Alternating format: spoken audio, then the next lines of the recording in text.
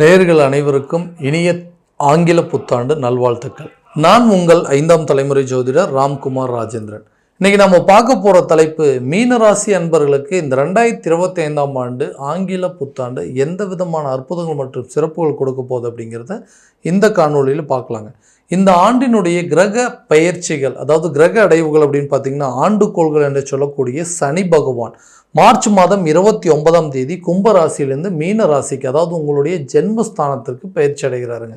அதே நேரத்தில் இந்த குரு பகவானானது மே மாதம் 14ஆம் தேதி ரிஷப ராசியிலேருந்து, அதாவது உங்களுடைய ராசிக்கு 3ஆம் இடத்துலேருந்து 4ஆம் இடத்திற்கான மிதுன ராசிக்கு பயிற்சி அடைகிறாருங்க.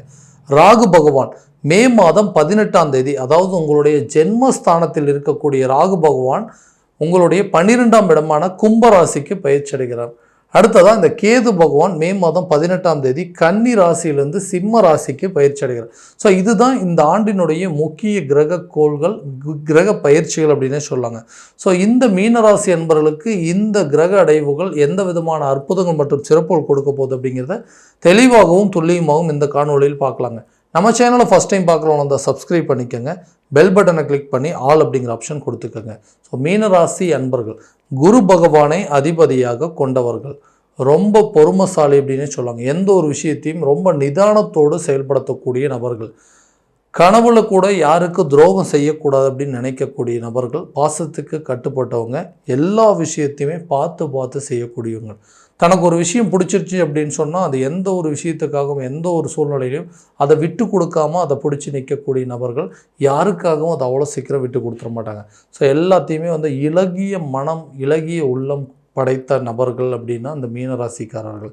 எந்த சூழ்நிலையில் எப்படி வாழணும், எந்த சூழ்நிலையில் தன்னுடைய வாழ்க்கை நிலையை எப்படி மாற்றி அமைச்சிக்கணும் அப்படின்னு ரொம்ப தெளிவோட வாழ்க்கையை முறையை நடத்தி வாழணும் அப்படின்னு நினைக்கக்கூடிய நபர்கள்.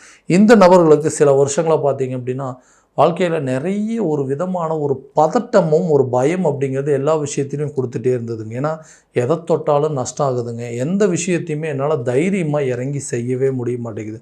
ஒரு விதமான பதட்டங்க. நம்ம ஏதாவது செய்ய போய் அது தப்பாக மாறிடுமோ, நம்ம ஏதாவது பேச போனால் அது தப்பாக மாறிடுமோ அப்படின்னு சொல்லி தனக்குள்ளேயே சில தாழ்வு மனப்பான்மை அப்படிங்கிறது ரொம்ப அதிகமாகவே உருவாயிடுச்சுங்க. தடுமாற்றம், அந்த பயம், பதட்டம் எல்லாமே பார்த்திங்கன்னா ரொம்ப அதிகரிச்சுட்டே போயிட்டுருக்கு நாளுக்கு நாளுங்க.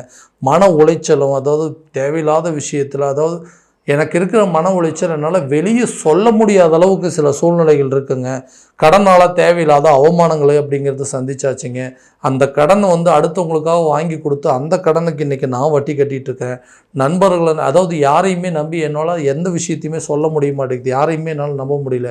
ஒரு நண்பர்களாக இருக்கட்டும், கூட இருக்கிறவங்களாக இருக்கட்டும், சொந்த பந்தங்களாக இருக்கட்டும், ஒரு சில விஷயத்தை என்னால் பேசவே முடியாத ஒரு சூழ்நிலை அப்படிங்கிறது. வேலையில் செய்யாத விஷயத்துக்கு சில தண்டனைகள் அனுபவிக்கிற மாதிரி ஒரு சூழ்நிலை. தொழிலை ஏற்று நடத்த முடியாத ஒரு நிலை. திருமணம் அப்படிங்கிறது கரெக்டான ஸ்டேஜில் நடக்கல. இப்படி நிறைய கஷ்டங்கள் என்னை சூழ்ந்து இருக்குதுங்க. ஸோ இந்த விஷயத்தில் மீனராசியில் பிறந்ததுனால என்னமோ தெரியல, இவ்வளோ கஷ்டத்தையும் நான் கொஞ்சம் வருஷமாக அனுபவிச்சுட்ருக்கேன். இப்போ வரக்கூடிய காலகட்டங்களில் என்னோடய எதிர்காலம் அப்படிங்கிறது மாறாதா? என்னுடைய வாழ்க்கையில் நான் நினச்ச மாதிரி ஒரு வாழ்க்கையை வாழ முடியாதா? என்னுடைய நிலை அப்படிங்கிறது மாறாதான்னு யோசிக்கிறவங்களுக்கு இந்த வரக்கூடிய காலகட்டங்கள் மிக அருமையான காலகட்டங்கள். ஏன்னா உங்களுடைய ஜென்ம ராகு அப்படிங்கிறது விலகல் இருக்கும் போது நிறைய விஷயங்கள் மாற்றத்தை கொண்டு வரக்கூடிய காலகட்டமாக இருக்கும் போது, இந்த ஜென்ம ராகுவில் இதுவரைக்கும் இருந்த பிரச்சனைகள், உங்களுடைய மதிப்பு மரியாதை, மற்றவங்க கிட்ட இருக்கக்கூடிய உங்களுடைய அந்தஸ்து அப்படிங்கிறது உயரக்கூடிய காலகட்டமாக இருக்க போதுங்க. ஒரு வேலை செய்கிற இடத்துல இது வரைக்கும் மற்றவங்களும் உங்களை பார்த்து தேவையில்லாமல் ஒரு அதாவது கிண்டலாக பேசக்கூடிய ஒரு சூழ்நிலையில், உன்னையெல்லாம் அந்த வேலைக்கே தகுதி இல்லாதவங்க, உன்னையெல்லாம் அந்த வேலைக்கு கொண்டு சேர்த்துனது எங்கள் தப்பு அப்படின்னு சொல்லி மற்றவங்களாம் உங்களை பார்த்து கேவலமாக பேசினாங்க இல்லையா? அவங்க மத்தியில் கட்டாயமாக உங்களுடைய இந்த வேலையில் நீங்கள் அதற்கு உண்டான தகுதியான ஆள் தான் அப்படிங்கிறது நிரூபித்து காட்டக்கூடிய ஒரு காலகட்டமாக இருக்க போதுங்க. சுய கௌரவம், அந்தஸ்தை உயர்த்தக்கூடிய காலகட்டமாக இருக்க போது இந்த வேலையில் இருக்கக்கூடிய நபர்களுக்கு. அடுத்ததாக இந்த தொழில் அப்படிங்கிறது ஒன்று ஆரம்பிச்சுட்டு, அந்த தொழிலில் தேவையில்லாத புதிய போட்டியாளர்கள் அப்படிங்கிறதெல்லாம் வந்தாங்க. நிறைய பேர் இருந்தாங்க. ஆனால் என்னுடைய வேலையை நான் கரெக்டாக, என்னுடைய தொழிலை நான் கரெக்டாக தான் பார்த்துட்டு இருந்தேன். ஆனால் அவங்கெல்லாம் சேர்ந்து என்னை ஏதாவது ஒரு விதத்தில் லாக் பண்ணணும், என்னுடைய பிஸ்னஸை டோட்டலாக லாஸ் பண்ணணும் அப்படிங்கிறதுனால தேவையில்லாத சில அவப்பெயர்கள் அப்படிங்கிறது உருவாக்கிட்டாங்க. என் மேலே, என்னுடைய தொழிலில், என்னுடைய பொருட்கள் மேலேயோ, என்னுடைய தொழில் ஸ்தாபனத்து மேலேயும் தேவையில்லாத சில அவப்பெயர்களை உருவாக்கி விட்டு அது மூலமாக என்னுடைய அந்தஸ்தை சறுக்க பார்த்த ஒரு நிலை எல்லாத்தையும் நான் சந்திச்சிட்டேன். இனியும் அந்த நிலை அப்படிங்கிறது இருக்காதுங்க. உங்களுடைய பிஸ்னஸை கண்டிப்பாக காம்படிட்டர்ஸ் மத்தியில், மற்றவங்க மத்தியில் உங்களுக்குன்ற தனி அடையாளத்தை உருவாக்கக்கூடிய காலமாக இருக்க போது, அந்த பிஸ்னஸை கண்டிப்பாக நீங்கள் தான் கிங் அப்படிங்கிறது காட்டக்கூடிய ஒரு காலமாக இருக்க போதுங்க. எல்லா விஷயத்திலும் தேவையில்லாத லாஸ் ஆகிட்டே இருந்ததுங்க. நான் இதை பண்ணலாமா, இந்த பிஸ்னஸ் பண்ணலாமா, இல்லை இதை விட்டுட்டு போயிடலாமா அப்படிங்கிற மாதிரி நிறைய யோசனைகள்லாம் வந்துருச்சு. அந்த நிலை, அந்த தடுமாற்றங்கள்லாம் மாறக்கூடிய ஒரு காலகட்டமாக இருக்க போது கண்டிப்பாக உங்களால் முடியும் அப்படிங்கிற ஒரு எண்ணம் உங்களுக்குள்ளே உருவாகுங்க. வேலையிலிருந்து வெளிநாடு சம்மந்தப்பட்ட முயற்சியெல்லாம் ரொம்ப நாள் ட்ரை பண்ணிட்டு இருந்தேங்க. ஃபாரின் ஆப்பர்ச்சுனிட்டி அப்படிங்கிறது எனக்கு இருக்கவே இருக்கா, இல்லை அந்த மாதிரி வாய்ப்பே இல்லாமல் போயிடுச்சா அப்படின்னு சொல்லி நிறைய யோசிச்சுட்டு அதற்குண்டான முயற்சியை நான் கைவிட்டுட்டேன். அந்த வேலையில் இருக்கக்கூடிய நபர்கள் வெளிநாடு சம்மந்தப்பட்ட முயற்சிகள் இந்த நேரத்தில் நீங்கள் எடுத்திங்கன்னா கட்டாயம் அந்த வரக்கூடிய காலகட்டங்களும் நல்ல ஒரு பெனிஃபிட் அப்படிங்கிறது கொடுக்குங்க. திருமணம் ஆகாத நபர்களுக்கு திருமண தடை அப்படிங்கிறது கண்டிப்பாக அகலுங்க. இது வரைக்கும் உங்களை நிறைய பேர் ஒரு மாதிரி பேசிகிட்டு இருந்திருப்பாங்க.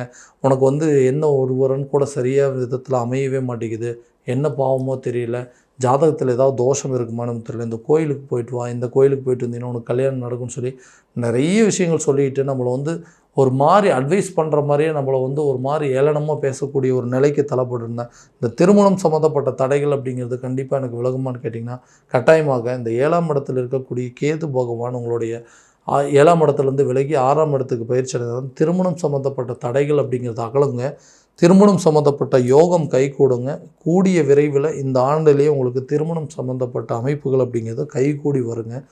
புத்திரர் இல்லாத நபர்களுக்கு புத்திர பாக்கியம் ஏற்படுங்க. கல்யாணமாகி ரொம்ப வருஷம் ஆச்சுங்க, குழந்தை பாக்கியம் அப்படிங்கிறதே இல்லை. இதனால் மன உளைச்சல் அப்படிங்கிறது இருக்குது, குடும்பத்தில் நிம்மதி இல்லை, ஒரு சந்தோஷம் இல்லை, எல்லோரும் சேர்ந்து ஒன்றா உட்காந்து பேசுகிறதுக்கான சூழ்நிலை கூட இல்லாத அளவுக்கு இருக்குது அப்படின்னு யோசிக்கிறவங்களுக்கு இந்த குழந்தை சம்மந்தப்பட்ட பாக்கியம் அப்படிங்கிறது கட்டாயமாக கை கொடுக்குங்க.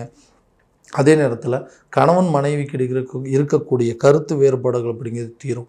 எதுக்கெடுத்தாலும் சண்டை போட்டு இருக்கும், திடீர்னு கோவப்படுறாங்க, ஒருத்தருக்கு ஒருத்தர் புரிஞ்சிக்கவே மாட்டேங்கிறாங்க, ஒரு நல்ல ஒரு அண்டர்ஸ்டாண்டிங்கே இல்லாமல் இருக்குது.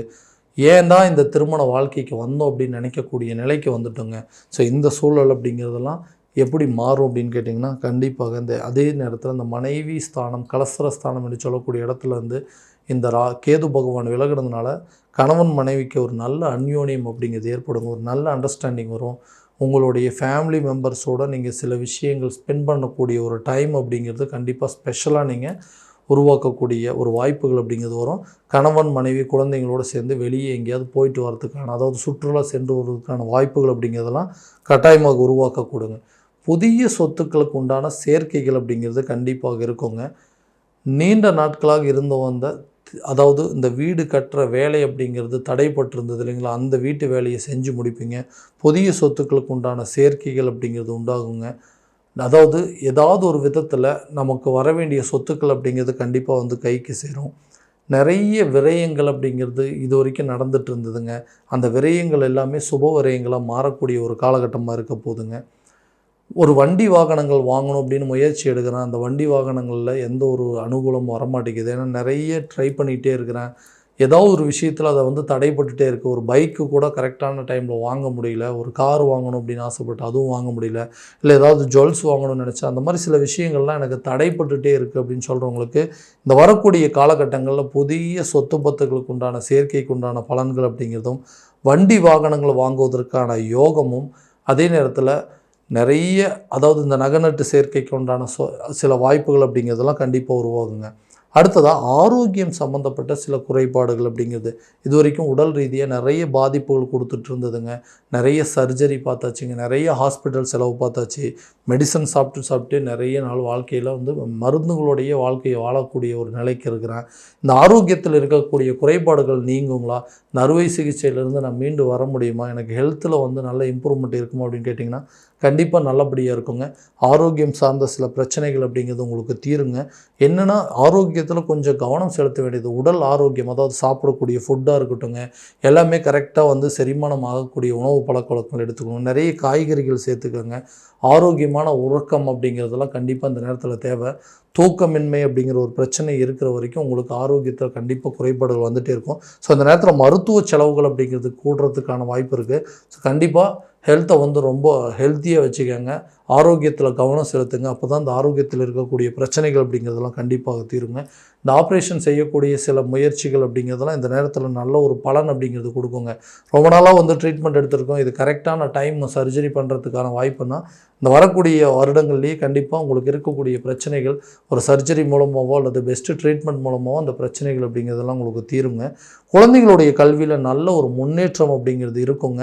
இது வரைக்கும் மற்றவங்க மத்தியில் அவங்க வந்து படிக்கலை அப்படின்னு சொல்லி யாரெல்லாம் உங்களை வந்து உங்கள் குழந்தைங்க மேலே கம்ப்ளைண்ட் பண்ணிட்டு இருந்தாங்களோ அவங்களே உங்களை வந்து பார்த்துட்டு பரவாயில்ல நல்லா படிக்கிறாங்க, ஸோ இவங்களுக்கு அடுத்த லெவலுக்கு அடுத்த எஜுகேஷனுக்கு என்ன பண்ண போகிறீங்க, ஸோ உயர்கல்வி முடிச்சுட்டு அடுத்து ஃபாரின் ஏதாவது படிக்க வைக்கிறதுக்கு வாய்ப்புகள் அப்படிங்கிறது இருக்குன்னா கண்டிப்பாக இந்த காலகட்டங்களில் வெளிநாடு சென்று படிக்க வைப்பதற்கான வாய்ப்புகள் அப்படிங்கிறது கண்டிப்பாக உருவாகுங்க. குழந்தைங்களுடைய கல்வியில் நல்ல ஒரு முன்னேற்ற பாதையை நோக்கி போகக்கூடிய காலமாக இருக்க போகுது. கடனை அடைப்பதற்கான வாய்ப்பு இருக்கா? கடன் அப்படிங்கிறது ஒரு பெரிய பிரச்சனைங்க. இந்த கடனால் தான் எனக்கு இருக்கக்கூடிய மானம், மரியாதை, கௌரவம், அந்தஸ்து எல்லாமே போச்சுங்க.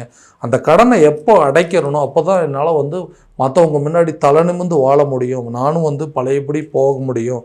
என்னை பார்த்து கேவலமாக பேசினவங்க மத்தியில் நான் ஒரு நல்ல நிலைக்கு வரணும் அப்படின்னா அந்த கடன் அப்படிங்கிறது கண்டிப்பாக நான் அடைச்சே ஆகணுங்க. அப்போ தான் எனக்கு நல்லபடியாக இருக்குன்னு சொன்னால் கட்டாயமாக உங்களுடைய தொழில் ரீதியாகவும் வேலை ரீதியாகவும் நல்ல முன்னேற்றம் காணக்கூடிய காலமாக இருக்க போது சொத்தை ஏதாவது வித்தாவது இந்த கடனை அடைப்பதற்கான சில வாய்ப்புகள் அப்படிங்கிறது உருவாகுங்க. நீண்ட நாட்களாக எதிர்பார்த்த இந்த பண வரவுகள் அப்படிங்கிறது உங்கள் கைக்கு வரும். இதனால் உங்கள் கடனை அடைச்சி மற்றவங்க மத்தியில் சுய கௌரவத்தோடும் அந்தஸ்தோடையும் மரியாதையோடும் வாழக்கூடிய ஒரு காலமாக இருக்க போதுங்க. இது வரைக்கும் இருந்த அந்த கடன் பிரச்சனைகள் கண்டிப்பாக இந்த ஆண்டு முடியறதுக்குள்ளேயே உங்கள் கடன் இல்லாத ஒரு வாழ்க்கையை வாழக்கூடிய ஒரு சூழல் அப்படிங்கிறது கண்டிப்பாக இருக்க போதுங்க. ஸோ இது வரைக்கும் நம்ம பார்த்ததெல்லாம் கோச்சார ரீதியான பலன்கள் மட்டும்தான். இந்த பலன்கள் அனைத்தும் உங்களுக்கு நடக்கும் அப்படின்னா உங்களுடைய சுய ஜாதகத்தை முழுமையான விதத்தில் தெரிஞ்சுட்டு அதுக்கு உண்டானபடி முயற்சி பண்ணிங்கன்னா நல்ல விதமான வெற்றி பலன்கள் அப்படிங்கிறது கண்டிப்பாக உங்களுக்கு இருக்குங்க. ஸோ உங்கள் ஜாதகத்தை எங்கிட்ட பார்க்கணும் அப்படின்னு விருப்பப்பட்டீங்கன்னா கீழே இருக்க நம்பருக்கு காண்டாக்ட் பண்ணி அப்பாயின்மெண்ட் ஃபிக்ஸ் பண்ணிக்கோங்க. அப்படி இல்லையா உங்கள் ஜாதகத்தை வாட்ஸ்அப் மூலமாக அனுப்பிச்சி வச்சிங்க அப்படின்னா தெளிவான முறையில் கணிச்சு துல்லியமான பலன்கள் அப்படிங்கிறது உங்களுக்கு தெரியப்படுத்தப்படுங்க.